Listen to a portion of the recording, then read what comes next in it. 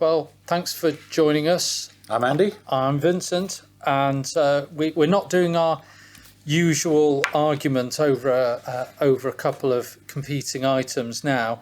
I've brought down a collection that's been consigned to us, and just to give you an idea of the collection, it's Great Britain and Commonwealth, and these are some of the certificates that have come along with the items in that collection, which is always a good sign.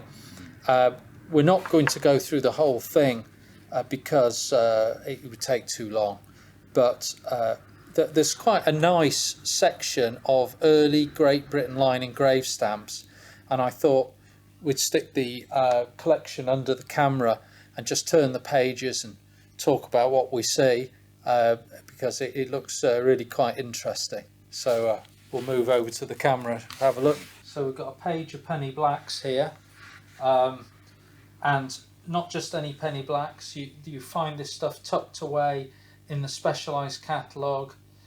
You've got a matching pair of positions from a red and a black, in red and black ink from the same plate. You've got a beautiful cancel here that leaves the profile clear. You've got an 1844 type London numeral cancellation on a penny black, most unusual. Got a red Maltese cross and a part of a penny post straight line cancel there. You've got a penny black with a red and a black Maltese cross, two separate strikes, which is really pretty super duper. A selection of tuppenny blues from 1840, including one with a Dorchester town cancel. Yeah, they're known as the Wessex ones, aren't That's they? right, yes. It's still rare. Yeah. Only used in that region. Right, was Yeovil as well? Was that yeah, one of them? Lyme and Right. Poole and places, I think. Right. And that's one with a numeral postmark there. Lovely little shades. They're really very bright and deep colours. Penny 1841 penny reds. You've got marginal inscription example, mint there and a mint pair. You've got the numbers from 1 to 12 inside the Maltese crosses, which are great when you get them completed. This one's cancelled with a mailbag seal rather than a postmark, which is really cool. These stamps up here are from penny black plates originally, and then printed in red. A lot of people don't realise that the penny black plate 11 was actually printed in red first. These numbers that you see here, these are the certificate numbers, aren't they? Yes. So all of his very rare items, he's got expert certificates, which is great. Really nice. On here, at the bottom, we've got bright red, couple of red Maltese crosses, a red and a black, blues, very distinctive York Maltese cross, strange shape. So, you know, the guy just liked interesting stamps. You've even got a Maltese cross with a solid centre, which some were deliberately solid and some were just clogged up. It depends who carved the hand stamp. You've got some tremendously large size stamps. You've got one here with 1, 2, 3 adjoining stamps. This big stamp here with all sorts of things, bits of re-entries and things here as well. Inverted S, easy mistake to make. So, you know, just lots of nice things for the specialist that we can all. I like that. There's a bit of a worn plate there. Yes, and really pretty. So there's something stuck on the outside of the mount. That's actually. So. And you've got the circular date stamps, which always look great, and you've got a green cancellation, which is very rare, with a too late in the same ink next to it. And you've got 1841 Tuppenny Blues, some big strips of 5 or 6, A strip there with a number 1 in Maltese cross. Just keep going. Don't want you getting bored. I think that's a too late hand stamp, and a Liverpool spoon shaped cancellation. This is the famous violet blue, which is on a lilac coloured paper. It's very distinctive when you see that amongst the others, isn't That's it? right. If you saw it on its own, you'd Yeah. just think it was a normal one. And this is a rather fortuitous that's strike of a number 3, which actually came on Canadian mail. But it's been bobbed straight on the stamp there.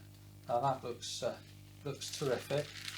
One of the high points, what's called a treasury roulette. It's one of the nicest examples. They must be collected on piece or on cover, otherwise they could have been faked. This has got a clean certificate and is a particularly lovely example. Experimental. So the Archer. Yes, that's the Archer. Yeah. That's 1850, the first time a stamp was perforated properly. As he was playing around with the machines. And you've got various constant varieties you can find in the specialised literature. I'll speed up a little now. There's red cancels. There's a rare Salisbury experimental cancel on that stamp. These are more spoons. You can see why they were so named. And these are nice. You spot a few with nice CDS cancellations, which are really quite difficult, especially on the earlier plates. Look at that, isn't that pretty? Yeah. A nice little pair. Oh yeah, lovely. It goes all the way up to, we've got a couple of plate 225s, which is always nice to see. Yeah. We've got some beautiful, lovely quality. yes, and look at the margin on that, isn't that great? Yeah. It's used in St Thomas, West Indies. Then we've got the surface print period, which is great to see. You certainly had an eye for quality. You did, yes. Yeah. You've got lots of stamps with Yeah, very nice, pretty little cancels on.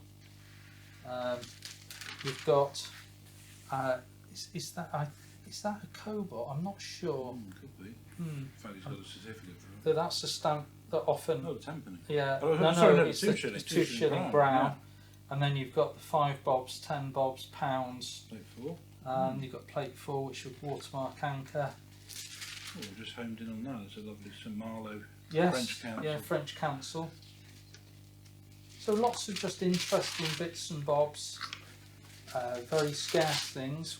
If you try and find them, you can really It's almost struggle. a shame to split this up now, It is. isn't It is, but it needs to go back to the collectors. Blued paper. These are stamps you don't see very often. You've got pound with orbs watermark and the pound with crowns. The orbs was actually a mistake. It's technically an error. They weren't supposed to issue them for the postage stamp, but a few of them got the orbs watermarks. It's nice to see these are good colours as well. That's right. Isn't that lovely? Yeah. Look at that. Little Belfast CDS. Yeah, that's nice. Very deep colour on that one. And then we go on to Edward the 7th, and I think, yes, right up to the pounds. Isn't it nice to see a proper collection? And a couple of Both pound. shades of the pound. Yeah. Yes, lots of people don't appreciate that there are 2 shades of the pound, and there they both are. And I think we'll stop there because we're going to start getting relatively modern. A parcel used pound PUC, your favourite stamp, Andy. And They're actually harder to find with parcel cancels yes, than CDS. they are actually. Anyway, we'll call that a day, I think. Thanks for joining us for a quick romp through a pretty nice Great Britain collection. I hope if you have an interest in early GB, you'll keep an eye out for those items coming through the auction. And well, thanks for joining us, and leave your comments below. Thank you.